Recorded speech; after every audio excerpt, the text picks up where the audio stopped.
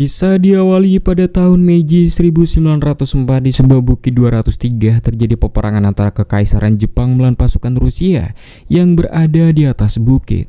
Di momen ini pasukan Jepang yang bersembunyi di celah parit mulai bersiap menunggu aba-aba untuk maju mengawali serangan. Dan kita diperkenalkan dengan tokoh utama kita bernama Saichi Sugimoto yang dijuluki Sugimoto Sang Abadi.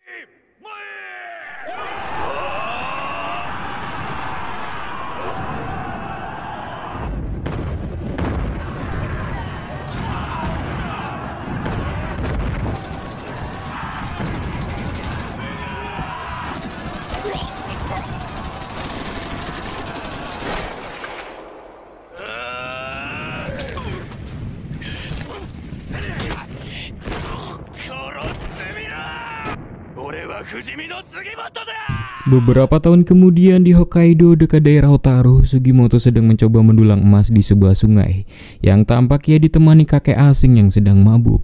Kakek itu tahu Sugimoto yang ada di hadapannya sekarang adalah seorang tentara dengan julukannya Sugimoto si Abadi yang bertarung seperti iblis dan akan tetap bangkit meskipun dalam keadaan sekarat.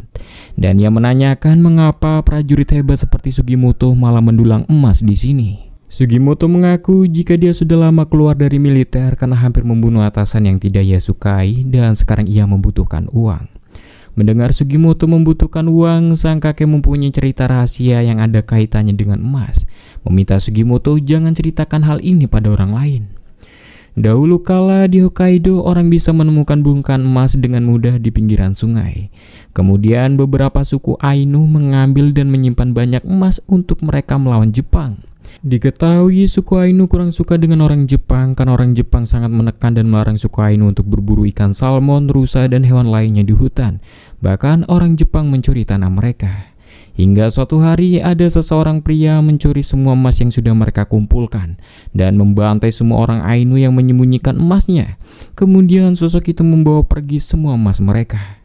Karena polisi memburunya, sosok itu pun menyembunyikan emasnya di suatu tempat di Hokkaido. Namun pada akhirnya sosok itu tertangkap tanpa sempat memberitahukan lokasi pada temannya. Dia pun dilempar ke penjara Abashiri, sebuah penjara yang ada di ujung negara, sebuah tempat untuk menunggu mati. Walau sosok itu bisa membuat surat untuk teman yang ada di luar, dia tak bisa melakukannya karena khawatir dicuri oleh para penjaga. Penjaga pun sudah berusaha memaksa untuk menunjukkan lokasi emasnya, namun tak peduli apapun yang dilakukan polisi kepadanya, sosok itu tak akan pernah memberitahukan lokasinya. Tapi ada satu penjaga yang sangat kejam, dia memotong salah satu otot tendon kakinya supaya tidak bisa kabur. Tak hilang akal, sosok itu masih berambisi menyampaikan informasi harta karun itu pada rekan yang di luar, dan juga masih berusaha keluar dari penjara itu. Kemudian dia menato semua teman-temannya di penjaranya dengan sebuah kode yang akan menunjukkan lokasi harta karunnya. Dia membuat tato menggunakan arang dan ludah dengan jarum yang dia sembunyikan. Konon katanya hanya teman-temannya yang di luar lah yang bisa memecahkan kodenya. Dan mereka tahanan yang berhasil kabur dari penjara ini akan mendapatkan setengah dari harta karunnya, ungkap sosok itu.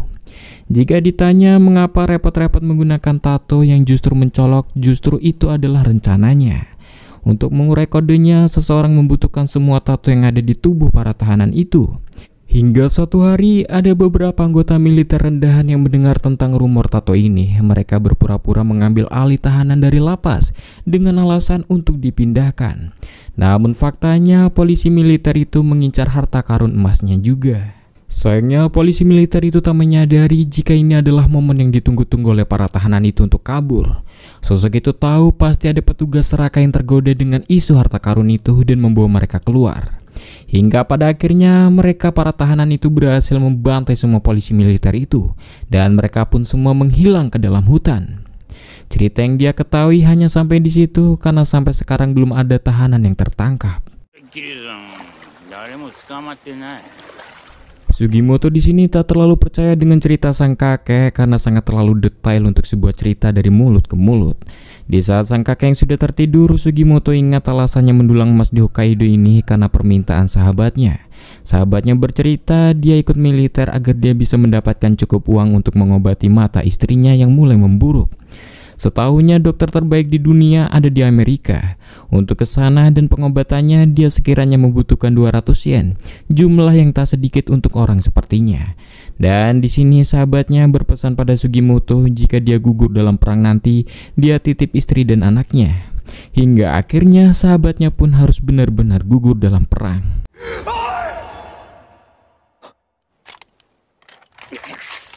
Sugimoto yang barusan melamun kini sudah siap ditembak oleh sang kakek dari belakang yang tampak kini dia sudah tak mabuk lagi. Namun ancaman seperti ini bukanlah masalah baginya.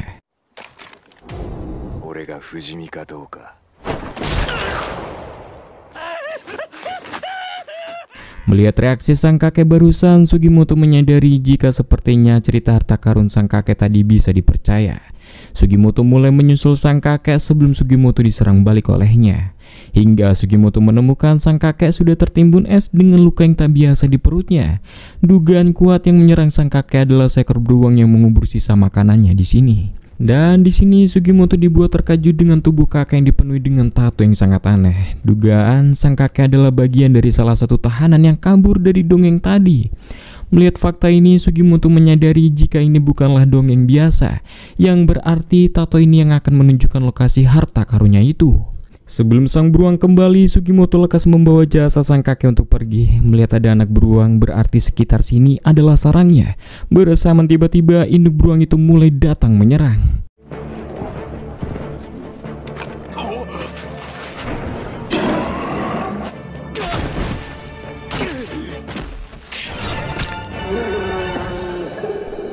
Beruntungnya Sugimoto diselamatkan gadis kecil dari suku Ainu ini. Di sini gadis itu mulai mengeluarkan daging yang terkena panah racunnya sebelum menyebar ke seluruh tubuh beruang. Dan Sugimoto bercerita jika kakek ini meninggal diserang dan perutnya dimakan oleh ibu beruang ini. Dan ia juga melihat ada anaknya di atas pohon. Menurut gadis Ainu ini, seekor beruang umumnya hibernasi untuk musim ini. Lagian jika terbangun dari hibernasi, seekor beruang tak akan bisa langsung makan karena perutnya yang masih menyusut. Hal itu dibuktikan lambung ibu beruang yang masih kosong. Dugaan yang bisa memakan daging di musim ini hanyalah mata karib. Mata karib juga adalah sosok beruang yang gagal berhibernasi, membuat mereka sangat pemarah dan jadi sangat-sangat berbahaya. Dan jika Sugimoto berencana membawa pria itu, mata karib akan sangat marah karena itu adalah makanannya. Mata karib akan mengejar kemanapun, meminta Sugimoto untuk meninggalkannya saja.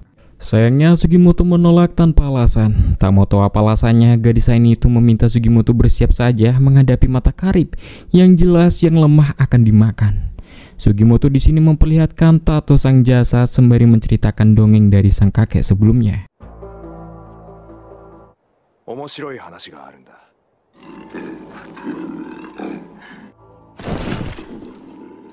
Singkatnya, setelah menceritakan semuanya, Sugimoto yakin jika dongeng dari sang kakek bukanlah cerita bohong.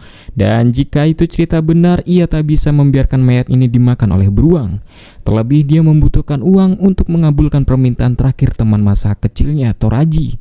Oleh sebab itu, Sugimoto meminta bantuan gadis Ainu itu untuk melawan mata karib itu.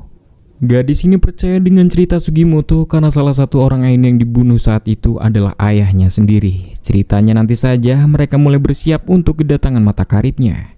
Mereka mulai membuat api untuk memancing makhluk itu keluar, dan di sini gadis Ainu yang diketahui bernama Asirpa terkejut melihat pola tato yang ada di tubuh si jasad.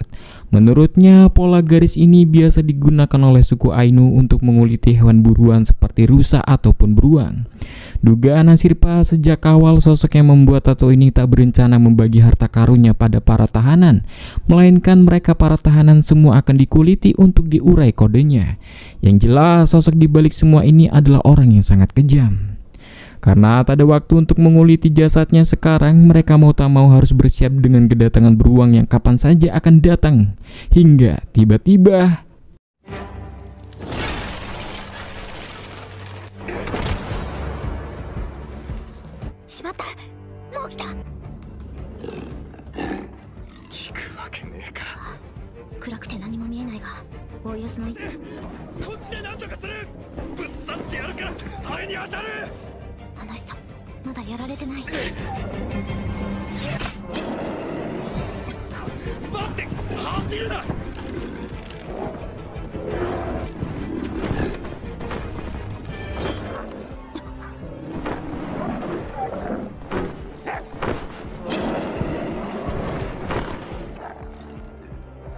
俺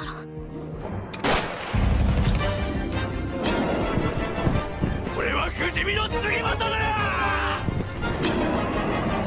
殺してみろ。Ya, singkatnya Sugimoto berhasil mengalahkan beruang ini, membuat Ashirpa kagum dan Sugimoto menanyakan anjing liar apa barusan. Ashirpa menjelaskan jika itu adalah sosok serigala terakhir yang selalu melindunginya. Namanya adalah Retar.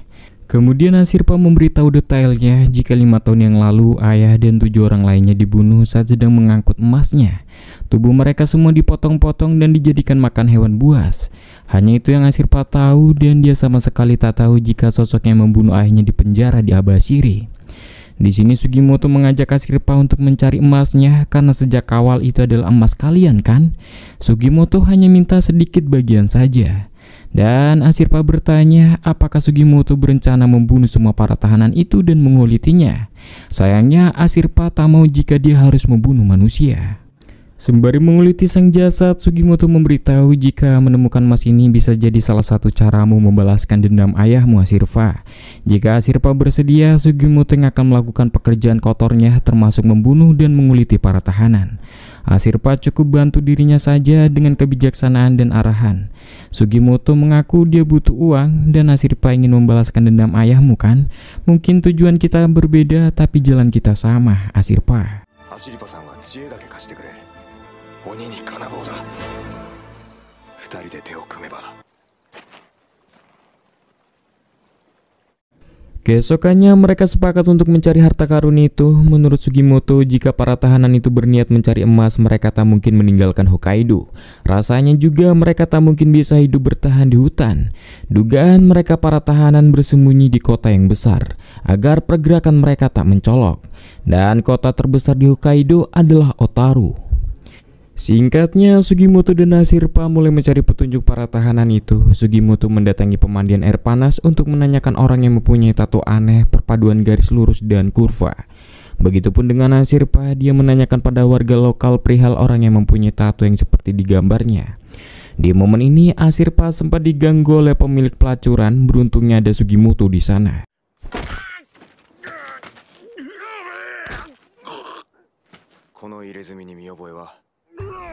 Pada akhirnya pria ini mengaku tak tahu perihal tato itu, tapi sebelumnya ada pria yang menanyakan hal yang sama padanya. Mendengar hal itu, menurut Sugimoto rasanya bukan hanya mereka saja yang mencari harta karunnya. Di momen ini Sugimoto dan Ashirpa sudah menyadari jika mereka sedang dibuntuti. Namun untungnya mereka sudah mempunyai persiapan.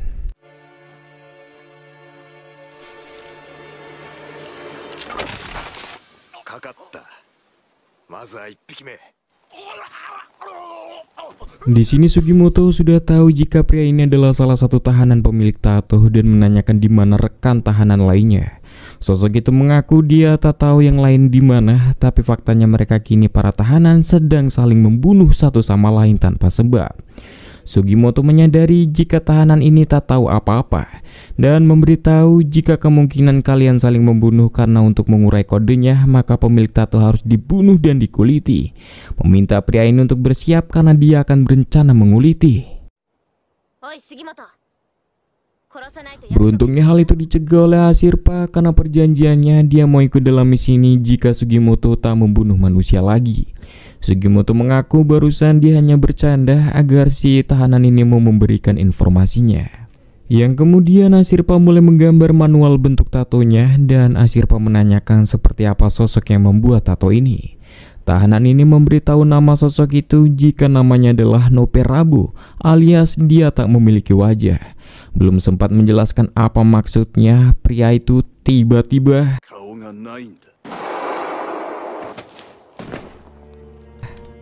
menyadari mereka sedang diincar. Ashirpa mulai membuat asap untuk mengganggu pandangan si penembak. Sementara itu Sugimoto lekas memberikan tembakan perlindungan. Di sisi lain, si penembak berada di jarak 300 meter dari mereka mulai terganggu dengan adanya asap dan mulai perlahan mendekati.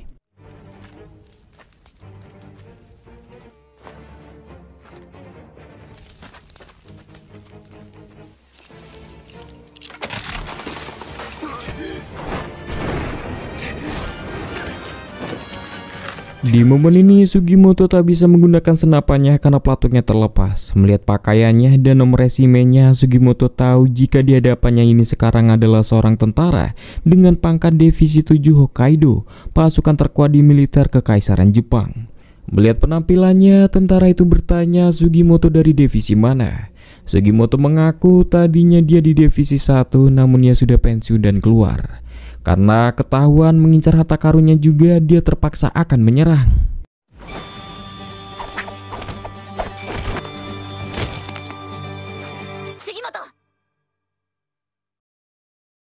Fujimi no Sugimoto ka.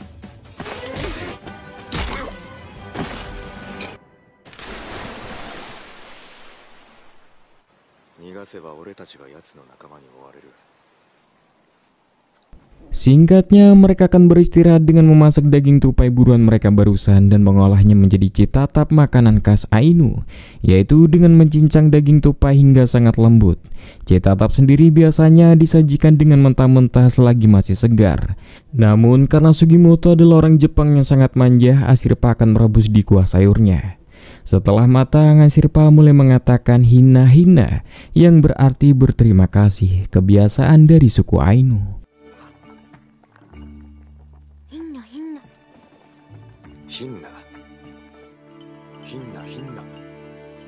Sementara itu, prajurit yang terjun ke sungai sebelumnya telah ditemukan oleh pasukan Divisi 7 dalam keadaan yang nyaris mati.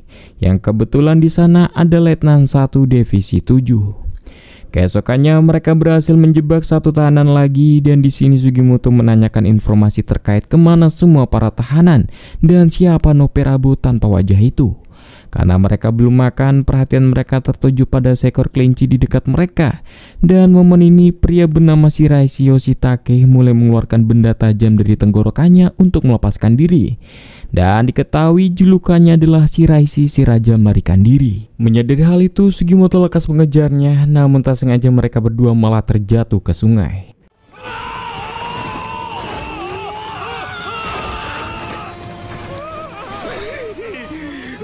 Di sini mereka berdua kedinginan hebat. Mereka hanya memiliki waktu 10 menit untuk bertahan hidup dan melakukan sesuatu sebelum hipotermia. Mereka berusaha membuat api, namun koreknya basah. Sayangnya efek hipotermia membuat seseorang hampir kehilangan akal. Ditambah senjatanya Sugimoto tertinggal dan mesyunya jatuh. Karena Sugimoto tak mau mati di sini, dia lekas mencari kotak mesyunya. Shiraishi mau membantu dengan syarat dia jangan dibunuh. Karena disetujui, Shiraishi ternyata menyimpan peluru di tenggorokannya untuk berjaga-jaga, dan mereka mulai memanfaatkan misyu di dalamnya untuk membuat api.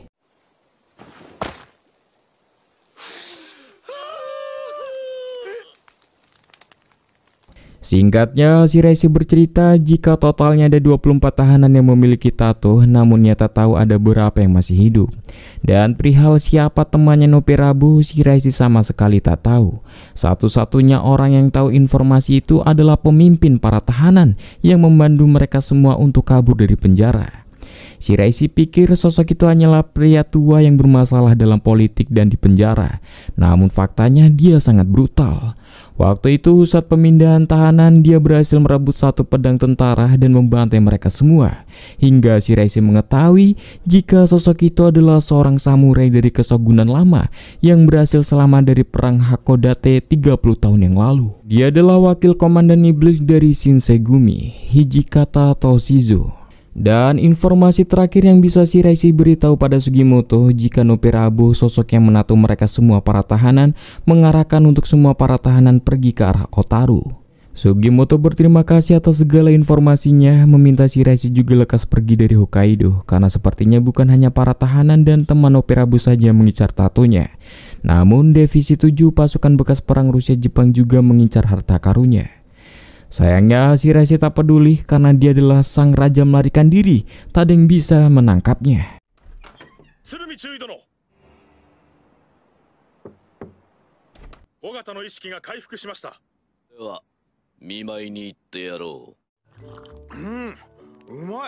Sugimoto di sini ternyata sangat menyukai citatap. Menurutnya akan sangat enak jika ditambahkan miso. Karena Asirpa dari suku Ainu, dia melihat miso, ia menduga itu adalah osoma alias tai. Sugimoto menjelaskan jika ini bukanlah melainkan adalah penyedap rasa khas Jepang. Namun tetap saja Ashirpa tak percaya. ひんなひんな。 黙れ。うわ、うんこ食べて喜んでるよ。 Kemudian saat di jalan tiba-tiba Ashirpa menunjuk cahaya yang mencurigakan di atas. Melihat hal itu Sugimoto lekas membawa Ashirpa kabur karena itu adalah sebuah teropong yang berarti mereka sedang diincar. Dan benar 4 tentara dari Divisi 7 mulai mengejar mereka. Karena tak memungkinkan untuk kabur secara bersamaan, Sugimoto usul untuk mereka berpencar saja karena mereka hanya mengincar orang dewasa. Untuk tatonya Ashirpa yang bawa. Dan jika mereka berhasil menangkapmu, berikan saja dan jangan melawan. Pura-pura saja tak tahu karena mereka tak mungkin membunuh anak-anak. Meminta Ashirpa tak perlu khawatirkan dirinya karena dia adalah Sugimoto si abadi. Prajurit itu pun mulai berpencar. Di sini prajurit bernama Tanigaki bisa dengan mudah menemukan Ashirpa yang bersembunyi di atas pohon. Ashirpa pura-pura berbahasa suku Ainu membuat Tanigaki tak paham bahasanya dan memintanya untuk lekas turun karena dia tak akan menyakiti. Mengingat pesan dari Sugimoto, Ashirpa tak akan melawan dan akan turun. Namun tak sengaja tatonya jatuh membuat Tanigaki terkejut. Wanita kecil ini membawa salah satu tato harta karunnya. Dan tiba-tiba sementara itu, Sugimoto dikejar 3 prajurit dan menanyakan mengapa Sugimoto kabur saat dikejar. Sugimoto mengaku jika dia sedang berburu rusa yang dilindungi dan meminta anak Ainu itu untuk memandunya. Sempat percaya, namun salah satu prajurit mengaku pernah melihat Sugimoto di pertempuran beberapa tahun yang lalu dan yakin jika dia adalah Sugimoto dari Divisi 1 Sugimoto yang abadi. Dan kebetulan salah satu rekan mereka yang terjatuh ke sungai sebelumnya sempat menulis dengan sisa energinya jika dia diserang mantan prajurit bernama Sugimoto si abadi, memintanya mengaku dan menyerahkan diri. Tak ingin berakhir di sini, Sugimoto lekas masuk ke sarang beruang hibernasi. Mereka yang menembak ke dalam membangunkan beruang yang sedang tertidur.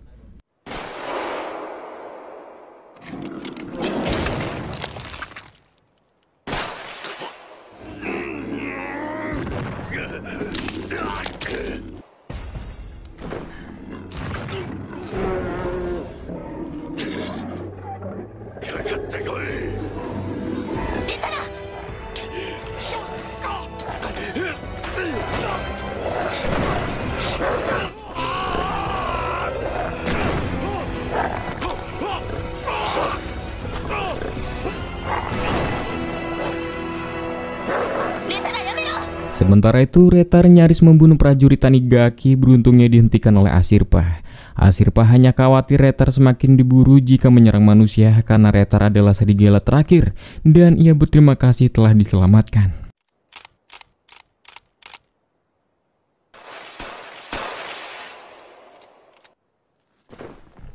Kembali pada mereka, di sini 3 prajurit dan beruang mereka semuanya tewas dalam pertarungan. Yang beruntungnya Sugimoto selamat, namun kini anak beruangnya sendirian dan yatim piatu. Setelah induknya meninggal, mau tak mau Sugimoto harus merawatnya, namun ia juga khawatir Ashirpa akan menjadikannya bayi beruang ini citatap. Setelah bertemu, Ashirpa penasaran dengan apa yang disembunyikan oleh Sugimoto. Di sini Sugimoto pasrah bayi beruang akan disayur. Ashirpa menjelaskan jika suku Ainu tak memakan bayi beruang, mereka biasanya akan membesarkannya di desa Sugimoto. Tapi kalau sudah besar, ia dicitatap. Singkatnya mereka pun pulang ke desa Ashirpa dan menginap di rumah nenek dari ibu. Walau Sugimoto orang Jepang, sang nenek menyambut baik Sugimoto karena Ashirpa yang membawa kemari. Ashirpa menambahkan jika Sugimoto akan aman karena keluarganya terpandang dan tak ada yang berani protes, terlebih semuanya penasaran denganmu Sugimoto. Sementara itu, Tanigaki prajurit Divisi 7 yang sebelumnya diserang Retar, dia terpesona dengan serigala yang sangat cantik yang menyerangnya itu. Sebagai keturunan suku Matagaki, suku pemburu, dia ingin sekali memburu serigala besar itu dan berencana akan mengejarnya sampai ke ujung dunia jika perlu. Kembali pada Ashirpa, dia menceritakan jika hanya nenek keluarganya yang tinggal di sini. Ayahnya sudah terbunuh saat emasnya dicuri dan ibunya meninggal saat melahirkannya. Neneknya pun menambahkan jika Ashirpa sering menghabiskan waktunya di gunung, membuatnya tak bisa mengerjakan pekerjaan wanita seperti menenun, menjahit. Dia tak bisa menikahi seorang pria Ainu. Oleh sebab itu sekiranya Sugimoto mau menikah dengan cucunya ini. Karena Sugimoto tak paham bahasa Ainu, Sugimoto menanyakan pada Ashirpa. Ashirpa yang sedikit malu memberitahu Sugimoto tak boleh makan miso yang dikira Ashirpa adalah ee. うんこじゃないですよ。 Pada malamnya, Letnan Divisi 7 Letnan Surumi ini mencari 4 prajuritnya yang telah menghilang. Hingga ia dimarahi Kapten Divisi karena seenaknya membawa prajurit. 1 orang kritis karena terjebur ke sungai dan kini 4 orang telah menghilang. Terlebih ia mendengar jika Letnan Surumi membeli banyak senjata dan amunisi dari Asahikawa.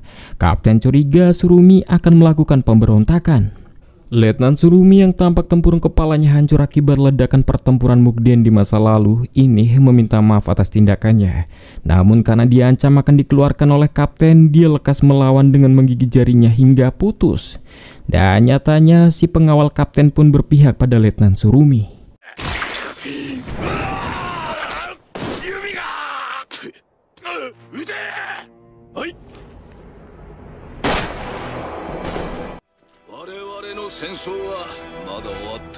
Sementara itu, Hijikata, samurai tua yang dikenal pemimpin para tahanan, diketahui juga memburu harta karunnya. Ia menemui tahanan lainnya bernama Ushiyama, yang di sini mereka hampir berkelahi karena Ushiyama curiga Hijikata akan menguliti tubuhnya. Hijikata memberitahu jika dia tak berniat membunuh, faktanya ada cara lain selain menguliti pemilik tato. Dengan cara meletakkan kertas yang diberi minyak ke tubuh, maka tato akan tersalin tanpa harus membunuh. Hijikata sudah melakukannya pada tubuhnya. Oleh sebab itu, maksud Hijikata datang ingin mengajak Ushiyama bekerja sama mencari harta karunnya agar kelompoknya semakin kuat. Hijikata yakin jika prajurit Divisi 7 juga mengincar hal yang sama, dan mereka pasti sudah mempunyai beberapa tatonya. Keesokannya, Ashirpa dan Sugimoto menangkap ikan di sungai kecil. Ashirpa di sini meminta Sugimoto untuk membantunya membersihkan ikan. Namun karena belati dan bayonetnya tertinggal, Sugimoto akan mengambilnya di desa. Karena melewati jalan pintas, Sugimoto dihentikan sosok pria Ainu, bukan ingin menghadang, melainkan memintanya berhati-hati karena kaki Sugimoto nyaris terkena jebakan rusa, panah beracun yang mematikan.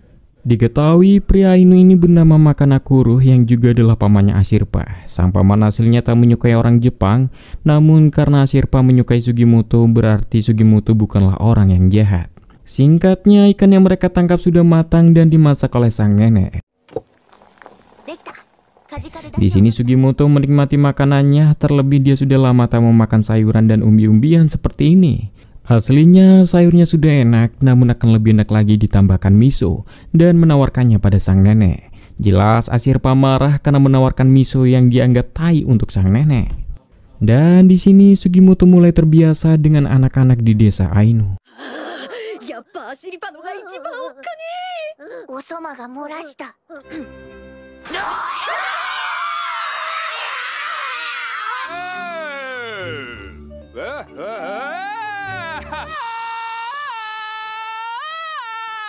Pada malamnya, saat semuanya terlelap, mereka yang terjaga mendengar lolongan yang diduga Sugimoto itu dari sosok serigala yang sering melindungi Ashirpa.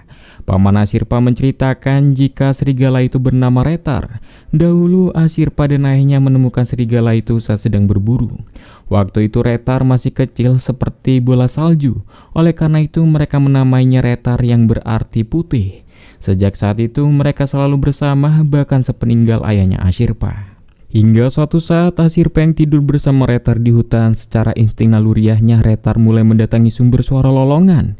Khawatir itu hanyalah jebakan atau semacamnya, Ashirpa berusaha untuk mencegahnya. Sayangnya hal itu tak mungkin, mau bagaimanapun Retar takkan bisa menjadi anjing peliharaan. Sejak Retar yang sering pergi-pergian, Ashirpa tumbuh menjadi gadis yang kesepian. Namun akhir-akhir ini Ashirpa tampak tersenyum, mungkin dia senang bersama denganmu di gunung, ungkap sang paman. Begitupun dengan sang nenek, Ashirpa adalah satu-satunya harta karunnya, memohon Sugimoto untuk terus menemani dan menjaga cucunya itu. Namun mengetahui begitu berharganya Ashirpa di desa ini, Sugimoto tak mau melibatkan Ashirpa dalam rencananya mencari harta karun yang sangat berbahaya ini.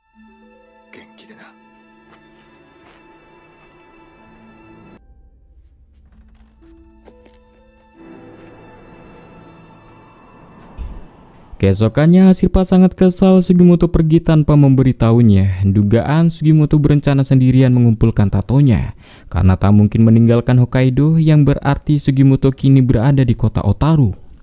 Sementara itu Sugimoto mendatangi bos pelacuran menanyakan kembali apakah kali ini dia melihat pria dengan tato yang aneh. Bos itu mengaku jika kemarin ada salah satu pelanggan bertato aneh menyewa satu wanita pelacurnya, hingga membuat pelacurnya terluka. Di sini Sugimoto yang dihidangkan makanan memintanya menunggu karena akan dipanggilkan wanita yang melayani pria bertato itu. Namun setelah rampung makan, nyatanya Sugimoto dijebak. Tiba-tiba dia diserang prajurit Divisi 7 yang menangkap siapa saja yang tahu perihal tato harta karunnya itu.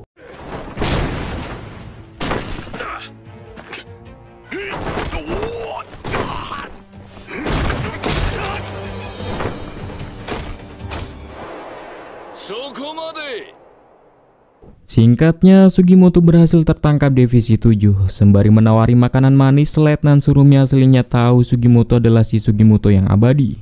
Dan terakhir, salah satu anak buahnya ditemukan sekarat di samping sungai. Dengan sisa tenaganya, dia menuliskan sebuah nama yang telah mengalahkannya, yaitu Sugimoto yang abadi. Letnan Surumi sendiri pernah melihat Sugimoto sekali di peperangan Pelabuhan Arthur, di mana Sugimoto bertarung seperti iblis.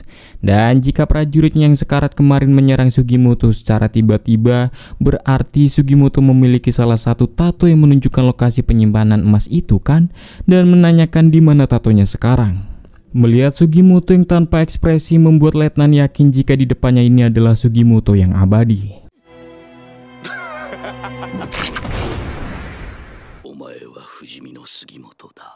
Sementara itu Ashirpa meminta bantuan Retar untuk melacak kaos kaki Sugimoto yang tertinggal. Karena siang akan mencolok, mereka akan beraksi tengah malam nanti. Kembali pada Sugimoto, Letnan Surumi akan mengampuni Sugimoto jika Sugimoto bersedia menjadi bawahannya. Dia sudah kehilangan banyak prajurit dalam perang, kini pasukannya kurang dari 100 orang, yang kini sudah menyebar di Hokkaido mencari para tahanan bertato itu. Dan perlu diketahui, Letnan Surumi tak berencana membagi harta karunnya karena mereka akan menggunakan emas itu untuk membeli senjata terbaru dari Amerika. Kemudian dirinya akan mulai dengan menguasai Divisi 7 seutuhnya, selanjutnya mengambil alih dermaga besar dan mengendalikan aliran distribusi ke pulau utama. Sederhananya, dia dan pasukannya berencana ingin menguasai Hokkaido dengan membuat pemerintahan militer sendiri.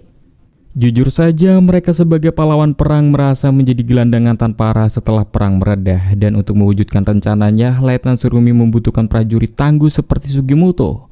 Namun menurut Sugimoto, rencana Letnan Surumi hanyalah buang-buang waktunya saja.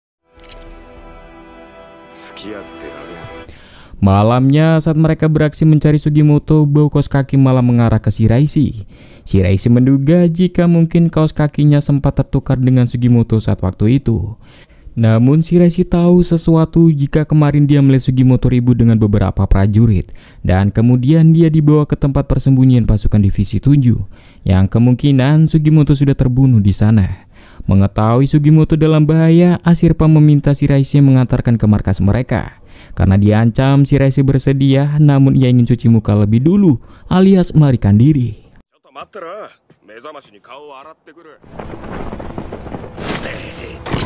Sementara itu, Sugimoto yang sudah diajar dan disekap, dia didatangi dua prajurit kembar yang ingin balas dendam karena sebelumnya dia dihajar habis-habisan oleh Sugimoto di pelacuran, dan berencana ingin menyiksa agar Sugimoto mau mengatakan di mana tatonya. Namun tiba-tiba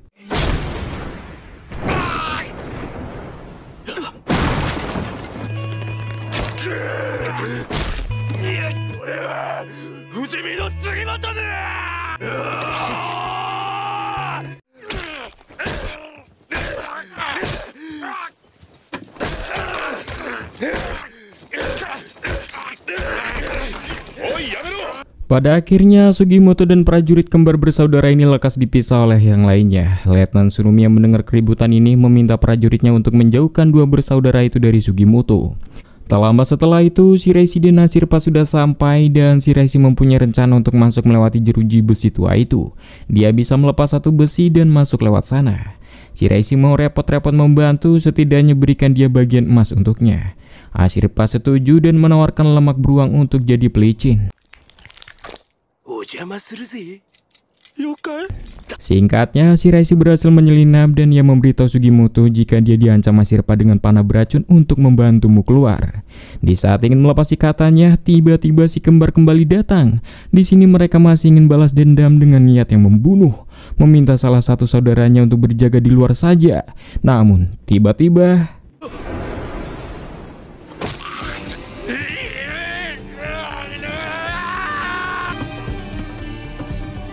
Kemudian keributan itu memancing Letnan Surumi datang dan terkejut satu prajuritnya sudah tewas yang juga Sugimoto nyaris sekarat. Di sini Sugimoto aslinya berpura-pura tak berdaya meminta Letnan Surumi untuk lekas mengobati lukanya. Maka dia akan memberikan tahu di mana tato yang ia punya. Mendengar tawaran itu, Letnan mulai meminta prajuritnya untuk lekas membawa Sugimoto ke dokter terbaik di kota ini. Namun di sini Letnan Surumi yang melihat tangan mayat prajuritnya mengalami patah tulang, curiga jika Sugimoto berpura-pura terluka. Dan benar, Sugimoto mulai bangun dan menghajar prajurit yang membawanya, yang lekas disusul Letnan Surumi.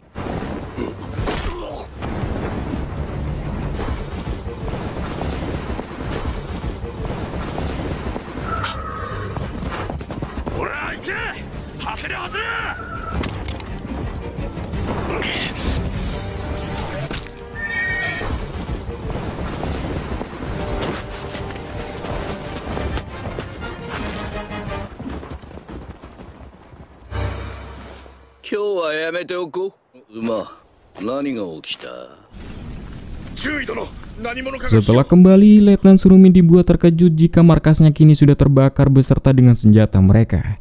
Melihat ketangguhan Sugimoto ini, Letnan Surumi berubah pikiran. Dia akan membiarkan Sugimoto lepas dan mengumpulkan semua tatonya. Yang diketahui, Letnan Surumi mempunyai satu tato yang sudah ia kuliti dan sekarang ia kenakan di tubuhnya. Di sisi lain, Ashirpa kesal kenapa Sugimoto meninggalkannya secara tiba-tiba sembari menghajarnya. Sementara itu, Hijikata, sang kakek samurai, dibantu rekan lamanya yang menyokong dana dan beberapa senjata canggih untuk pencarian lokasi emasnya.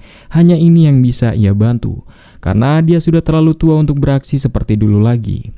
Namun Hijikata tak percaya. Dia kenal siapa rekannya ini, yaitu anggota ahli pedang Shinsengumi, dan yakin pasti Nagakura ini pasti sangat bersemangat kan? Mendengar nama Nagakura dari Shinsengumi, Ushiyama menduga orang tua ini adalah pendekar pedang terbaik Shinsengumi, Shinpachi Nagakura. Shinsengumi sendiri adalah kelompok pendekar pedang yang bekerja di bawah pemerintahan militer di masa lalu. Dan Ushiyama menanyakan kepada dua orang tua Shinsengumi itu, kalian bukan hanya mengincar emas kan? Pasti ada maksud lain. Kembali pada mereka, di sini Ashirpa akan mengolah daging kudanya untuk makan malam ini. Meminta Sugimoto beristirahat saja karena yakin Sugimoto dihajar habis-habisan di sana kan. Sugimoto sendiri merasa tak enak hati karena sudah meninggalkan Ashirpa, namun ia hanya memberitahu jika beginilah resikonya mencari lokasi emas itu. Dia hanya tak mau membahayakan Ashirpa. Ashirpa tahu, namun ini adalah jalan yang sudah ia pilih sejak awal, dan entah bagaimana dia merasa bisa mencapai tujuannya ini dengan Sugimoto. Singkatnya, mereka mulai menyantap daging kudanya. Di sini Ashirpa sedikit kecewa karena masakannya dicampur dengan miso yang menurutnya itu adalah tai. Ashirpa-san.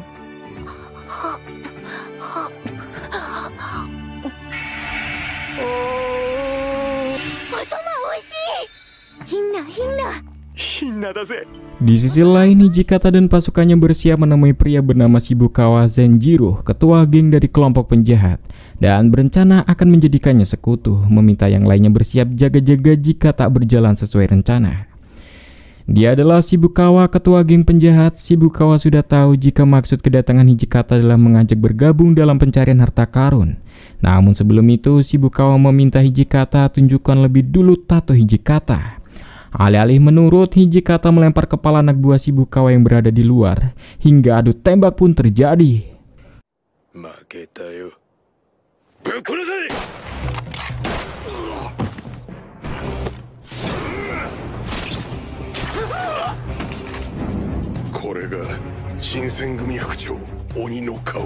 Setelah negosiasi, mereka pun kembali, dan di sini Ushiyama curiga jika Hijikata berencana membuat Shinsengumi yang baru di zaman ini dan mengambil alih Hokkaido kan?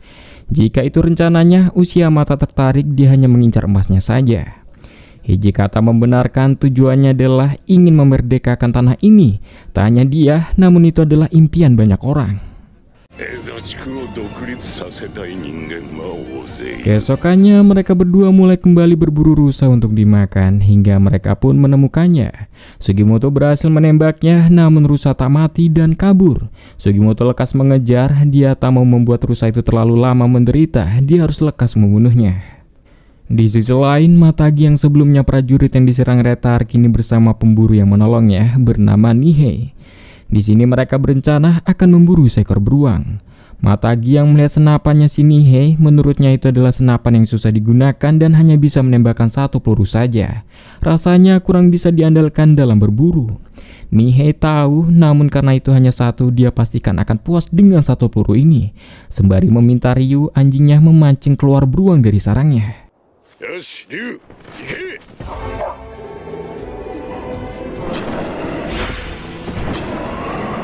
Akeo. Singkatnya, beruang barusan berhasil dikalahkan dengan satu kali tembakan Nihei. Diketahui Nihei telah membunuh lebih 200 beruang seorang diri. Dan setiap pemburuan tak selalu sama, hal itu membuat Nihei terbiasa mempelajari karakteristik mereka. Jika Tanigaki berencana memburu seekor serigala putih langka terakhir yang sudah diambang kepunahan itu, Nihei juga merasa tertantang untuk ikut melakukannya. Mengingat serigala itu adalah satu-satunya serigala yang menang dari jebakan buruan dan kecerdasan manusia dan selalu bisa lolos, membuat jiwa berburu Nihei berkobar.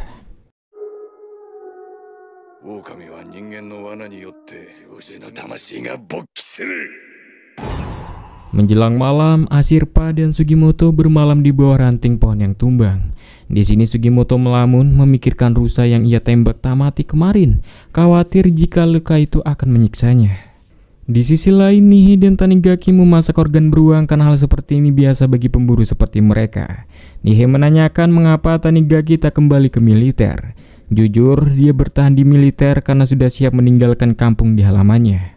Namun terkadang saat memasuki hutan, Tanigaki merasa nostalgia juga. Bahkan beruang-buruan mereka barusan Tanigaki doakan karena kebiasaan sukunya. Padahal Tanigaki tak pernah mendoakan orang yang ia bunuh dalam medan perang. Nihei paham betul jika Tanigaki tetap di hutan tanpa pulang ke desa ataupun ke militer, berarti jiwa pemburu Tanigaki membara di hutan Hokkaido ini kan. Seakan benar Tanigaki mulai membakar topinya. Keesokannya Nihei meminta Ryu untuk mencari jejak rusa karena mereka butuh rusa untuk memancing serigala itu keluar. Sementara itu mereka menemukan rusa buruan mereka kemarin dan mulai membagi tugas untuk menyergapnya. Kembali pada Nihei, di sini ia melihat anjingnya Ryu merinding ketakutan, padahal Ryu tak pernah takut dengan beruang sekalipun. Dugaan jika kini mereka berada di wilayah kekuasaan serigala itu.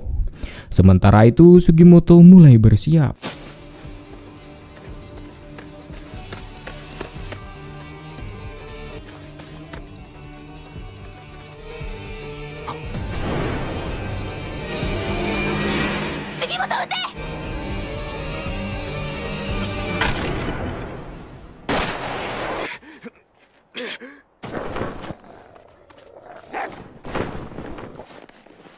Pada akhirnya sang rusa berhasil ditangkap oleh Retar. Di sini Sugimoto jujur dia agak ragu menembak rusanya karena melihat mata rusa itu seakan dia berbicara dia ingin hidup apapun yang terjadi, mengingatkan Sugimoto pada dirinya sendiri.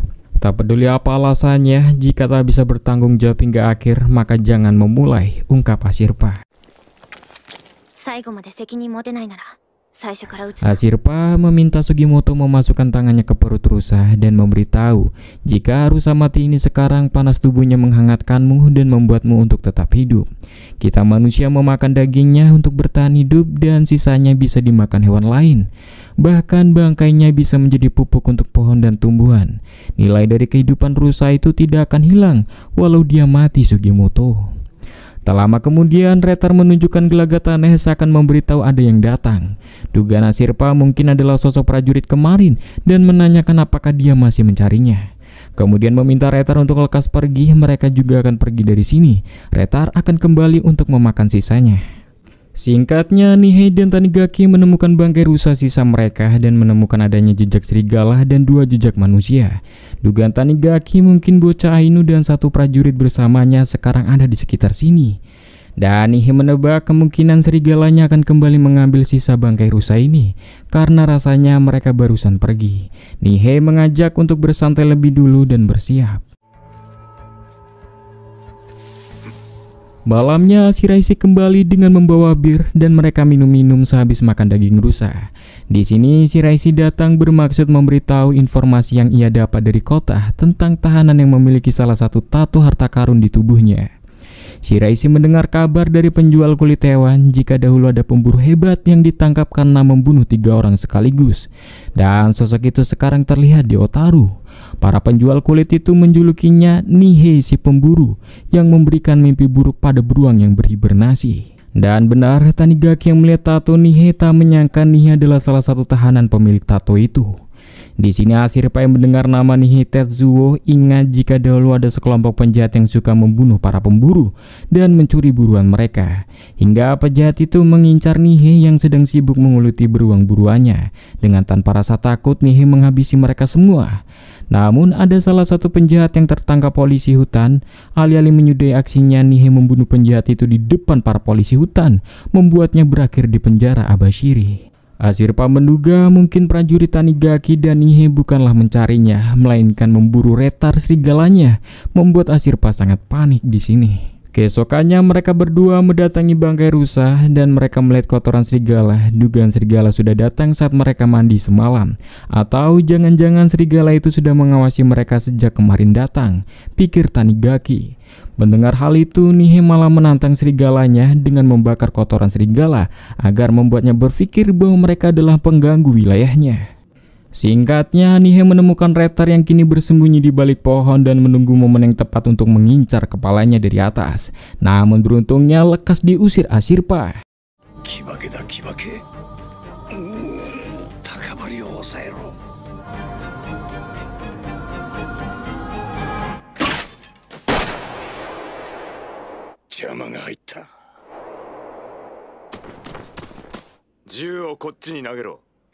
Di sini Sugimoto sudah menyergap dari belakang dan Shiraishi membenarkan jika dia adalah Nihei Tetsuo, salah satu tahanan pemilik tato.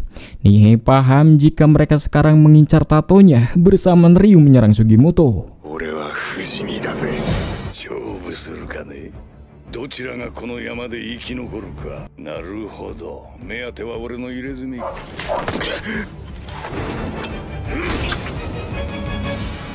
獣のクソになる覚悟はできてるんだろうな。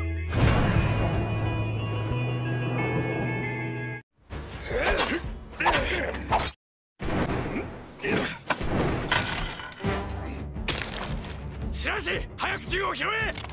おとなしくしやがれ。二兵鉄道貴様、その子を盾に使うな。離れろ。卑怯だぞ。 Karena Ashirpa disandra oleh Tanigaki, Sugimoto menyerah dan akhirnya mereka pun diikat. Di sini Nihei meminta Tanigaki membawa Ashirpa menjauh karena Nihei berencana mengeksekusi mereka. Namun karena Nihei lengah, mereka pun berhasil kabur. Tanigaki mendengar dari Nihei jika Sugimoto kabur, Tanigaki terus menjauh waspada jika dia diserang. Hingga tak sengaja Tanigaki terkena jebakan rusa. Ashirpa meminta Tanigaki melepaskannya, dia bisa menangani sebelum racun panah itu menyebar. Karena racun suku Ainu tak ada penawarnya, satu-satunya cara adalah mencongkel dagingnya. Tanigaki tak peduli dan meminta Ashirpa lekas lakukan.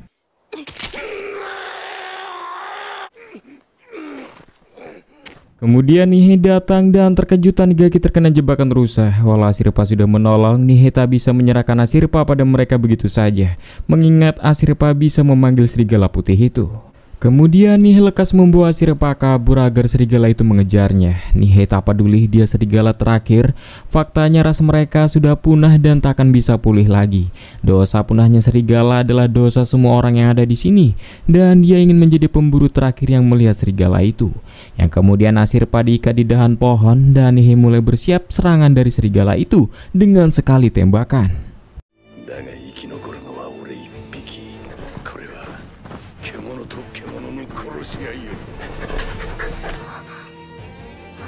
照準が定まらぬように走るとはなんてやつだ。銃というものを理解してるのか。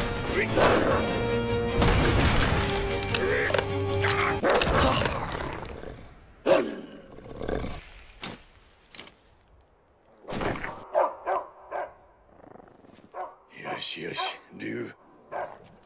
Ya, beruntungnya Nihei berhasil dilumpuhkan dan siapa sangka ternyata retar mempunyai pasangan dan bukanlah serigala terakhir. Menyadari Nihei gagal mengalahkan serigala itu, namun ia cukup puas dengan sensasi pertarungan ini.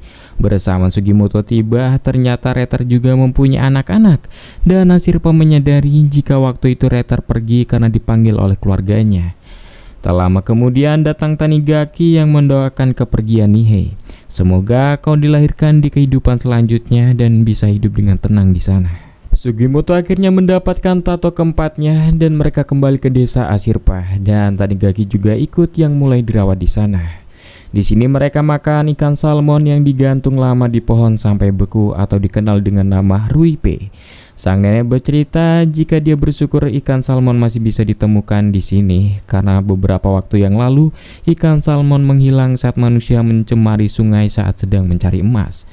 Ashirpa menambahkan jika dahulu setiap desa mengirimkan kapal mereka ke laut untuk mengumpulkan emas di suatu tempat. Dan hal itu terjadi selama bertahun-tahun, karena itu juga salmon menghilang dan kehidupan desa menjadi sangat sulit. Kemudian suku-suku Ainu mengadakan perkumpulan dan sepakat untuk menghentikan mengumpulkan emasnya. Semua emas itu akhirnya disembunyikan agar tak ada yang bisa menemukannya, dan semua dilarang untuk membicarakannya. Hingga akhirnya orang-orang yang terlibat semakin menua dan menyisakan satu orang yang tahu lokasi emas itu. Kemudian orang itu dibunuh oleh sosok bernama Noperabu yang menyerang desa mereka. Shiraishi menduga emas yang dikumpulkan dari seluruh Hokkaido selama bertahun-tahun pasti sangatlah banyak dan lebih dari 20 kans. Tanigaki yang ada di sana memberitahu jika jumlah harta karun masuk Ainu itu sangatlah banyak dan sangat rahasia jumlahnya.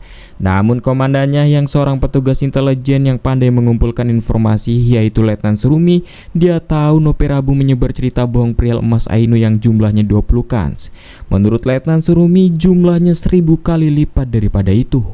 Tanigaki bercerita saat pasukan Jepang menyerang dermaga Arthur, Letnan Surumi dan pasukannya melakukan misi bunuh diri dari atasan untuk merebut lembah, di mana dia harus melihat sebagian pasukannya terbunuh sia-sia melawan senjata canggih pasukan musuh. Meskipun mereka menang dan lembah berhasil dikuasai, Komandan Divisi 7 melakukan bunuh diri karena merasa bersalah menghilangkan nyawa setengah dari pasukannya. Alih-alih mendapatkan penghargaan, pemerintah justru menyalahkan sisa pasukan Divisi 7 atas kematiannya. Dan mereka setengah Divisi 7 diperlakukan seperti orang buangan oleh pemerintah dan pasukan lainnya.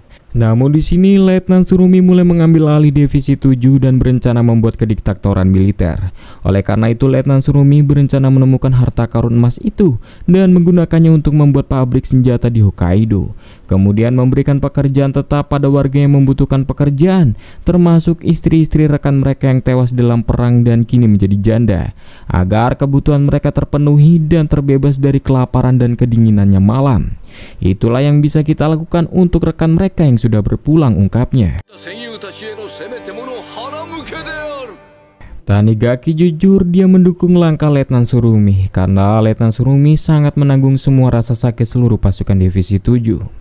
Walau begitu, Sugimoto tetap mencari emas itu dan tak akan bergabung dengan Letnan Surumi. Mau bagaimanapun, Letnan Surumi adalah orang yang sangat kejam dan tak segan membunuh prajuritnya sendiri.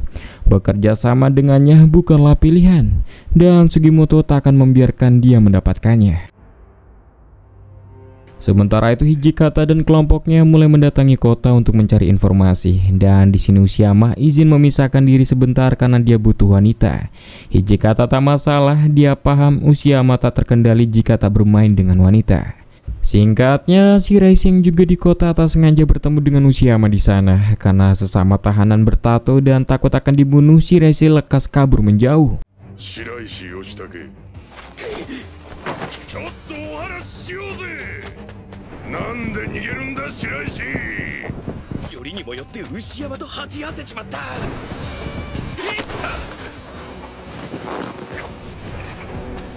た。大七死だ。ヤクザでもね、変な入れ墨をした不気味な窃盗で俺に金を盗まれたって邪魔をつけられたんだ。Di tebing, Hijikata mengaku pada Nagakura jika dia dekat dengan Noperabu, sosok yang menato semua tahanan itu. Karena Noperabu mempunyai tujuan yang sama dengan Hijikata, Noperabu memberitahu jumlah sebenarnya harta karun itu, yaitu 1000 kali lipat dari yang diisukan. Dengan uang itu Hijikata bisa membuat negara baru dan memerdekakan Hokkaido dari Jepang.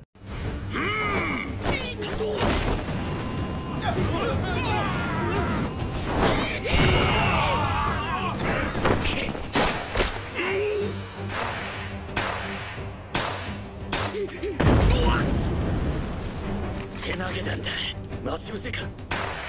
あの男だ。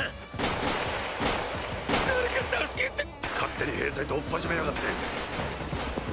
牛山、なんでここにいるんだ。 Di sini pasukan divisi 7 terjadi baku tembak dengan kelompok Hijikata hingga membuat keributan yang memancing Letnan Tsurumi untuk datang. Sementara itu Hijikata dan anak buah lainnya merampok sebuah bank. Setelah serangan mereda, salah satu anak buah Hijikata berhasil dilumpuhkan dan Letnan tak melihat adanya tato di tubuhnya. Hingga Letnan Tsurumi mendapatkan laporan jika bank kota dirampok. Dugaan serangan ini hanyalah pengalihan untuk mereka merampok bank. Sementara itu di bank, anak buah Hijikata sibuk mengambil uang, dan di sini Nagakura menemukan katana legendaris milik Hijikata dulu, membuat Hijikata bernostalgia. Bersama Letnan Tsurumi yang sudah berada di dalam, ia melihat Hijikata langsung menembaknya.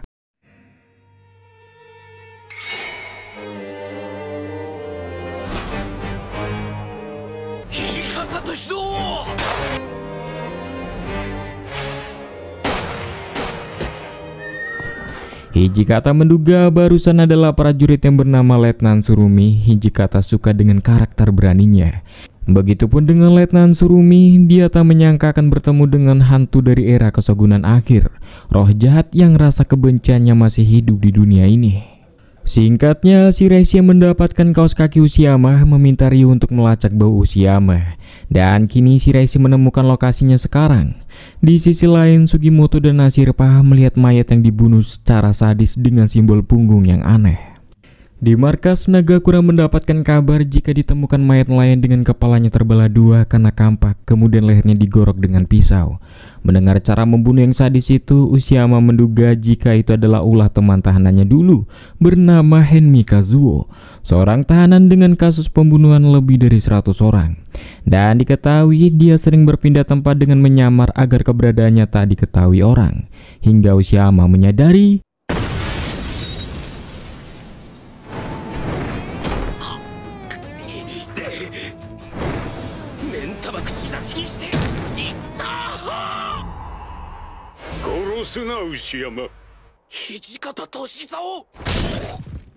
Singkatnya, Shiraishi yang sudah tersadar, Hijikata berjanji tak akan menguliti tato Shiraishi karena mereka mempunyai metode untuk menyalin tatonya dari tubuh Shiraishi tanpa membunuh. Dan setelah tahu Shiraishi mempunyai rekan bernama Sugimoto, Hijikata bertanya apakah Shiraishi dan Sugimoto mempunyai tato tahanan yang lain. Shiraishi berpura-pura mengaku tidak punya. Jika begitu, Hijikata meminta Shiraishi untuk mengambil tato Henmi Kazuo. Jika tidak, Hijikata yang akan menguliti Shiraishi.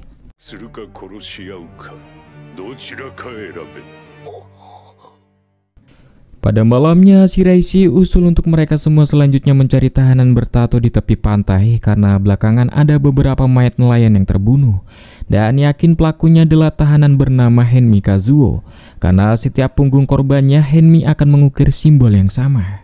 Saat itu di penjara Abashiri, Shiraishi yang satu sel dengan Henmi, dia bercerita jika dia dulu mempunyai adik laki-laki hingga suatu hari adiknya dimakan oleh babi hutan di dekat rumahnya.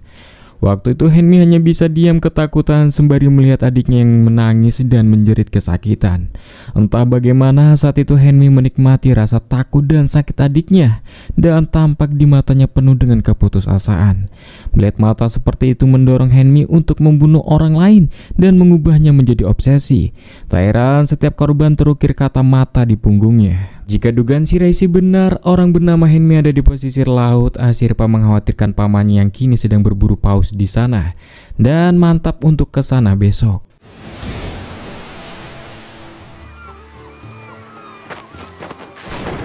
Diketahui sekarang adalah musimnya ikan herring dan para nelayan bekerja sama menangkap dan mengolahnya langsung saat sudah di darat. Dugaan Shiraishi tahanan bernama Henmi itu kini berbaur dengan pekerja di sana. Namun sebelum itu, Ashirpa, Sugimoto, dan Shiraishi ikut membantu paman Ashirpa untuk berburu ikan paus, yang kebetulan kapal lain sudah menemukan lokasi paus yang akan mereka tangkap dan mulai menombak.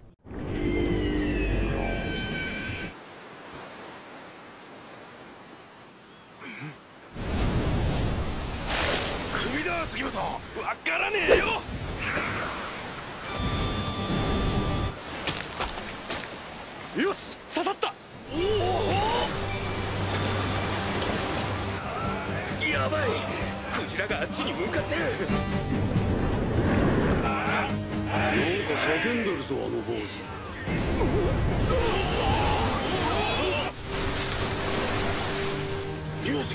Karena paus itu, salah satu nelayan tercebur ke laut dan tak bisa berenang. Karena kapal besar tampak kesulitan meraihnya, Sugimoto akan mundur sebentar mengejar paus dan mendahulukan nelayan yang tercebur. Setelah berhasil diselamatkan, nelayan tadi lekas dibawa ke perapian agar tak hipotermia. Dan Sugimoto meminta sosok itu untuk melepaskan pakaian basahnya agar punggungnya hangat. Karena nelayan itu menolak, Sugimoto tak memaksa dan memberikan selimut agar hangat. Diketahui sosok ini adalah Henmi Kazuo, orang yang mereka cari. Dan Henmi bisa merasakan aroma membunuh yang sama dengannya pada sosok Sugimoto ini. Dan bertanya-tanya apakah Sugimoto bersedia membunuhnya dengan cara yang mengerikan, seperti babi liar yang memakan adiknya.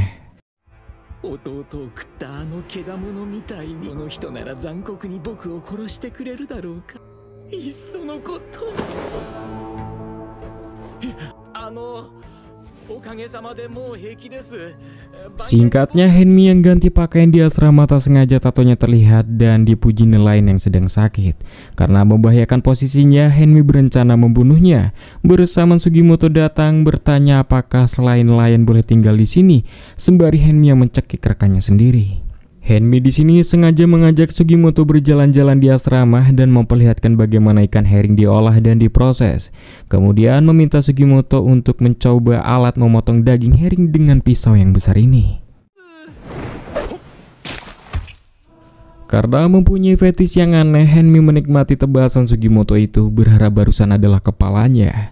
Mengetahui mereka akan pergi, Henmi menawarkan mereka untuk makan lebih dulu di asrama sebagai ungkapan terima kasih karena telah menyelamatkannya. Kebetulan dia mempunyai nasi putih. Setelah makan, Asirpa pamit untuk ke toilet dan di sini Henmi tahu jika Sugimoto adalah mantan prajurit dan menanyakan apakah Sugimoto pernah membunuh orang. Sugimoto mengaku dia pernah karena itu adalah situasi perang. Dia sulit melupakan wajah orang yang dia bunuh karena kebanyakan Sugimoto membunuh dari jarak dekat. Sugimoto punya alasan sendiri membunuh mereka dan setidaknya mengingat mereka adalah caranya untuk menebus dosa. Dan Sugimoto yakin kematian dirinya suatu saat nanti pasti tak akan dengan cara yang tenang karena dosanya di masa lalu. Mendengar ungkapan itu, seketika titik Henmi bercahaya dan Henmi mantap ingin dibunuh orang seperti Sugimoto ini. Seakan Sugimoto bisa memberikan kematian yang brutal yang dia cari-cari selama ini. Sementara itu Asirpa yang sedang di toilet, dia terkejut ada kepala jasad di toilet dan menduga Henmi si pembunuh ada di dekat sini dan bergegas memberitahu Sugimoto. Begitu juga dengan Henmi, dia baru ingat menyembunyikan jasad orang sebelumnya di toilet dan lekas mengajak Sugimoto untuk keluar ke tempat di mana tidak ada yang mengganggu mereka. Henmi memperkenalkan beberapa alat yang biasa digunakan di sini, kira-kira Sugimoto suka yang mana. Namun Sugimoto tak tertarik membicarakan itu dan akan kembali saja. Bersama Sugimoto melihat ada prajurit Divisi 7 yang berada di depan asrama nelayan.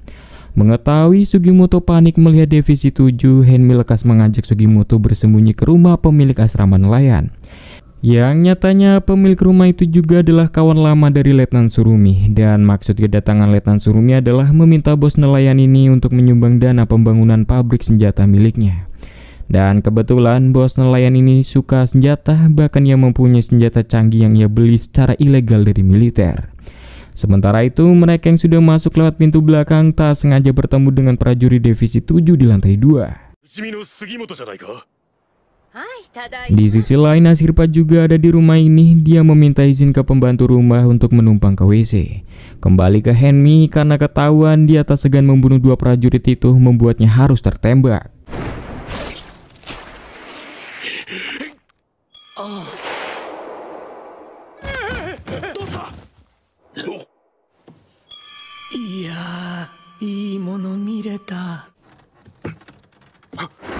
Ya, akhirnya Sugimoto harus berhadapan dengan Letnan Surumi dan mengetahui ada pencuri di rumahnya, bos nelayan ini tak segan menembak.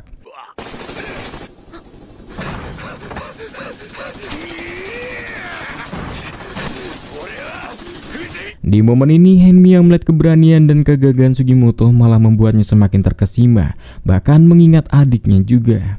Sugimoto yang berlari ke pantai memberitahu Shiraishi jika prajurit Divisi 7 ada di sini, memintanya menyiapkan kapal. Shiraishi yang melihat ke arah Sugimoto terkejut dan memberitahu jika Henmi Kazuo, si pembunuh yang kita cari, ada di sampingmu. Bersamaan Henmi mulai menyerang. Walau tahu Henmi akan mati, namun momen inilah yang ia tunggu-tunggu dan sangat menikmatinya.